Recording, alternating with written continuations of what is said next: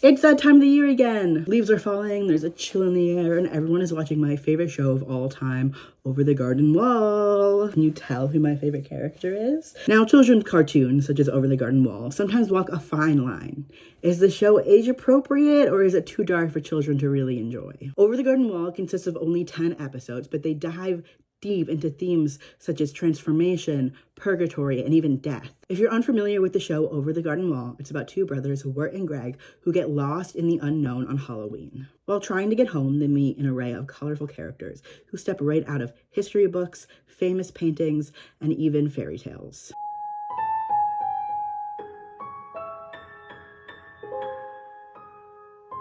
I remember watching Over the Garden Wall when it first aired. I believe I was in middle school, and it left me with this undescribable feeling, like a pit in my stomach of nostalgia, but also dread that just wouldn't go away, and I was addicted. I loved it. I was on the edge of my seat the whole time. The show just truly elicits an emotion for me that I cannot put into words.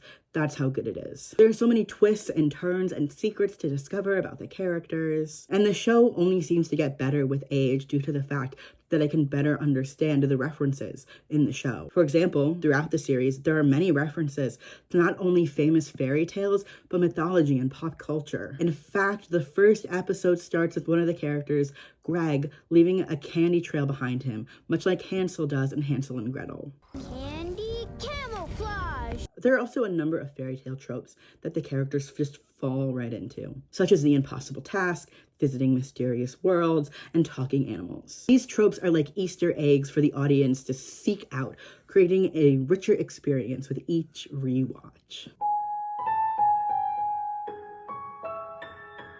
Comparisons can be drawn to the fairy tale Alice in Wonderland. There, Alice gets lost in Wonderland just as Wirt and Greg get lost in the unknown. An important part of Alice in Wonderland is the juxtaposition of the real world. Wonderland is not its own separate world. It's the same world, the one that Alice lives in, just seen through her eyes, the eyes of a child. The unknown is similar. Just like in the unknown, everything seems to work the same but different, including its inhabitant. The individuals whom Wirt and Greg interact with are similar in makeup to the characters in Wonderland. There are human and animal hybrids and strange personalities. For example, one of the characters Wirt and Greg come across is Quincy Endicott, a rich, superstitious, and anxious man who believes there's a ghost living in his house. In the end, we learn that his house was just so big that someone else was living in his house that wasn't a ghost, just another human being. This unconventional and kooky character is not unlike other Alice in Wonderland characters, who seem to sometimes have no rhyme or reason about them, like the Mad Hatter. For example, both Quincy Endicott and the Mad Hatter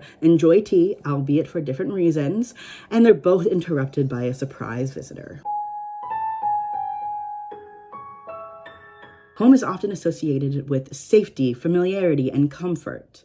This is why there is sometimes such a big emphasis on home in popular media, whether it be running away from it, running towards it, or trying to find it. The unknown is not only unfamiliar, it is uncanny. There is the Beast, a terrifying monster that is after the boys, and even a witch that wishes to keep Wirt and Greg as her slaves. Look at this, and it's clear to see why Wirt and Greg want to get home. Episode 9 reveals to the audience the origins of how Wirt and Greg got stuck in the unknown, and most importantly, the woes they face when they are at home.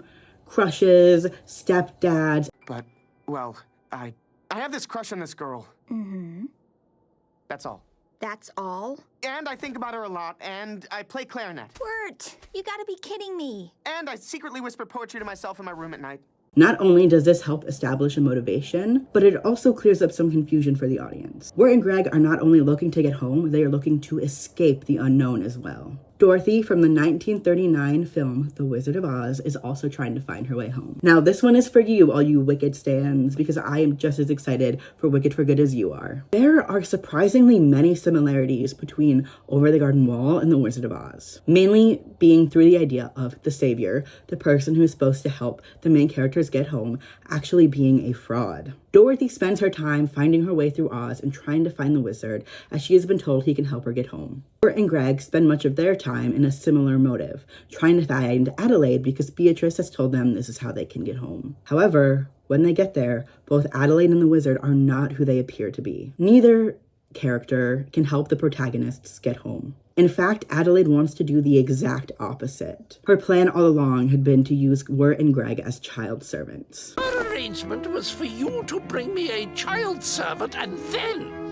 I give you the scissors to snip, snip, snip your family's wings away to make them human again. However, just like the Wicked Witch of the West melts with water, Adelaide melts with wind, and the brothers are able to escape. Deadly! Ah! Whoa, geez, she wasn't kidding. It's French! At the end of The Wizard of Oz, Dorothy learns that she had the power to send herself home all along. All she had to do was tap her ruby red slippers 3 times. Well, it's not easy for Wirt and Greg. They too realized that they had the power to find their way back home. All Wirt had to do was defeat the beast.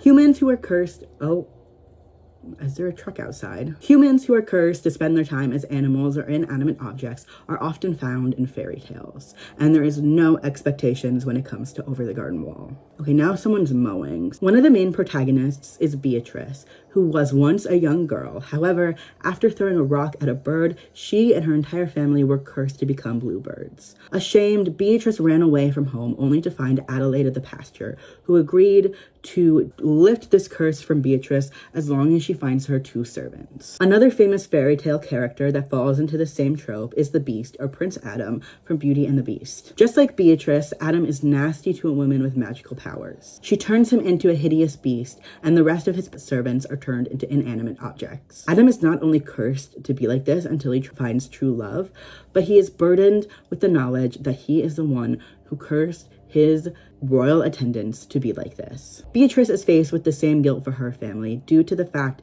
that she is the sole person responsible for their change. In fact, she feels so guilty, she feels as if she cannot face them, and that it is her sole responsibility to lift the curse without any help from anyone who loves her.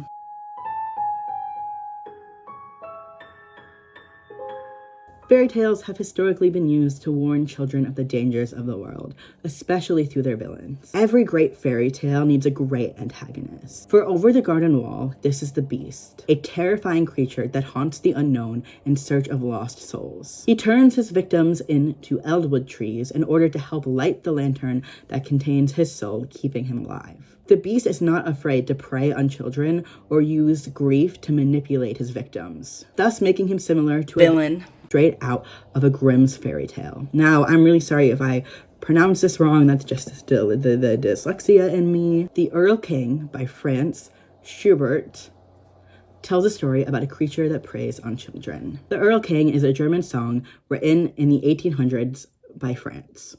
It is based on Scandinavian folktale. It tells the story of a young boy and his father who are being chased through the forest by an evil beast. While the son can clearly hear and see the Erlking, the father cannot, and thinks the son is completely making it up until he finds the son dead at the end of the song. In episode 4, Song of the Dark Lantern, Wirt and Greg catch a ride on the back of a wagon. The driver appears to see the beast. However, just like the boy and the Erlking, he is the only one who is able to. Like the boy and Erlking, Wirt and Greg are also children who are being pursued by an otherworldly monster. Artist renditions of the Erlking portray him as Fae, an elf-like creature that easily blends in with his surroundings. The beast from Over the Garden Wall is animated in a similar way and can blend in with the trees and shadows. The only time the audience sees his true form is at the end of the series, as he is often shrouded in darkness. This short clip in which he appears is absolutely, truly terrifying. One of those moments that makes the audience question whether Over the Garden Wall is a children's cartoon or not. That's how scary it is. He is a tree made of elderwood, but he is also a combination of all the souls that he has stolen. In the wood that makes up his body, there are horrified faces, mouths left open, and silent screams forever. Older fairy tales, much like the ones that the Grimm brothers wrote about, never shied away from such terrifying imagery. In fact, they often wrote stories in which children fell victim to horrible circumstances. This trope has been used for centuries to warn children of the dangers of the world and the consequences of not following directions.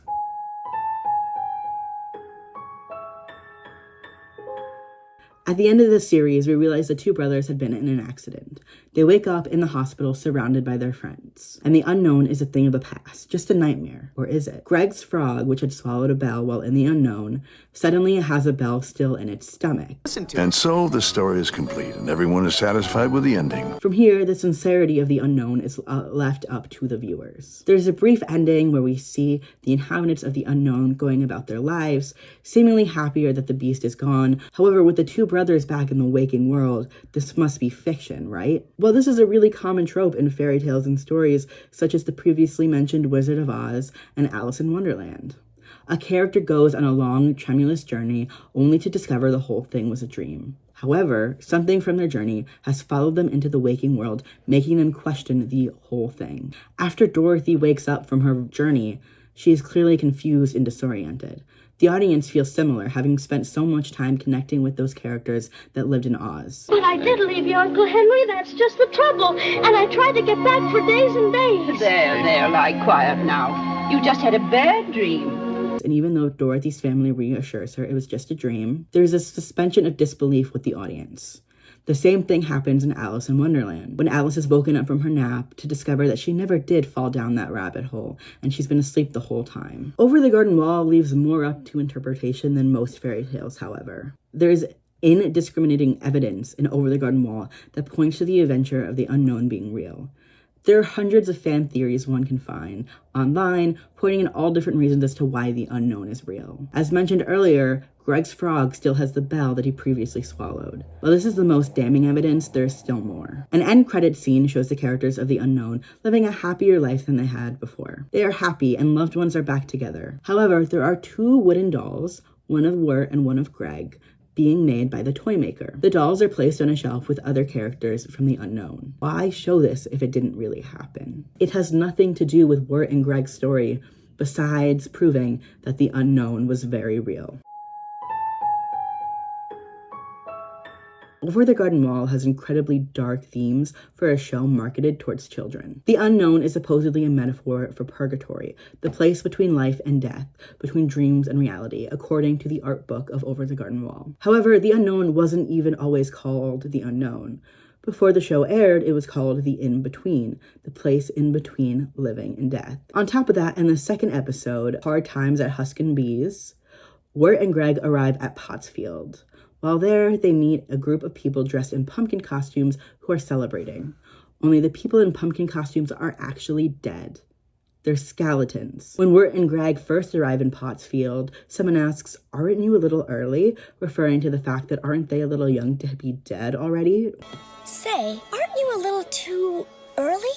What do you mean? I mean, it doesn't seem like you're ready to join us just yet. This is the first sign that they, the two boys who have yet to decompose, are not ready to join Pottsfield. Later, they are told everyone joins eventually. Ominous, right? But everyone does die eventually. Even the name of the town, Pottsfield, refers to a potter's field cemetery. Throughout episode 2, Wirt and Greg have literally been interacting with dead people as if they are in purgatory, interacting with people that are no longer alive, but are not 100% dead. Does that mean Wirt and Greg almost died before waking up in the real world? Another place we can look to is Dante's Inferno. There is a surprising amount of similarities between Over the Garden Wall and the 14th century Divine Comedy. For example, episode 5 of Over the Garden Wall corresponds with the fourth layer of hell in Dante's Inferno, a place dedicated to those who committed the sin of greed. Quincy Endicott is introduced in this episode as a man driven mad by his money and wealth. He owns a tea company, but he doesn't even like tea, and he only cares about the money he can make off of it. While Endicott being greedy is not evidence enough alone, and in later episodes, Quincy Endicott is confirmed to be dead. While in a graveyard, Wirt is seen hiding behind the gravestone of Endicott. Finally, in the same episode, Wirt and Greg are awarded 2 coins from Endicott. They plan on using these coins to help cross the river. Who else needs change to cross the river? Virgil from Dante's Inferno. Another main plot point within both Dante's Inferno and Over the Garden Wall is that people are turned to trees. The 7th layer of hell, and one of the deepest in Dante's Inferno, is strictly reserved to those who have harmed themselves in some way. While there is no self-harm or suicide in Over the Garden Wall, because again, this is a kid's show, despite how dark it might be, there are references to depression and mental health. Wirt becomes increasingly depressed and helpless, while he and his brother become more and more lost. When Greg is allowed one wish, he wishes that he was back home with Wirt. However, this is not granted because Wirt is too lost to return home. This feeling of being lost being equated to a feeling of depression. Eventually, the brothers do make it back home. They wake up in the hospital, and it's revealed that it had been a freak accident all along. However, who is to say the brothers hadn't been fighting death this whole time? Who is to say that they hadn't been in purgatory and were just kicking and biting and scratching their way back to the real world?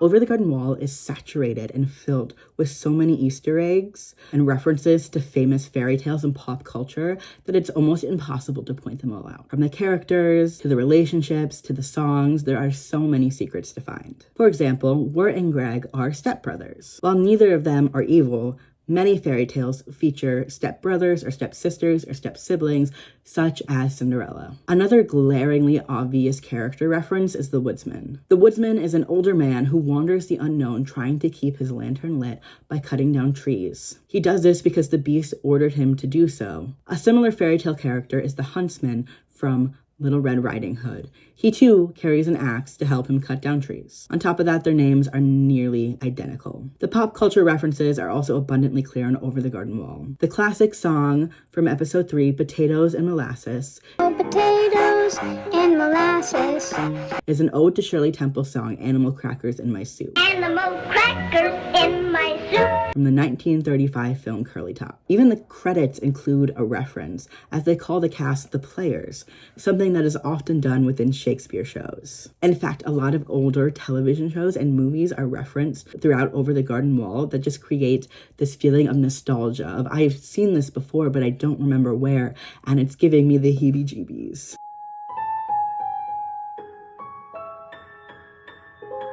Over the Garden Wall is the pinnacle of modern-day fairy tales.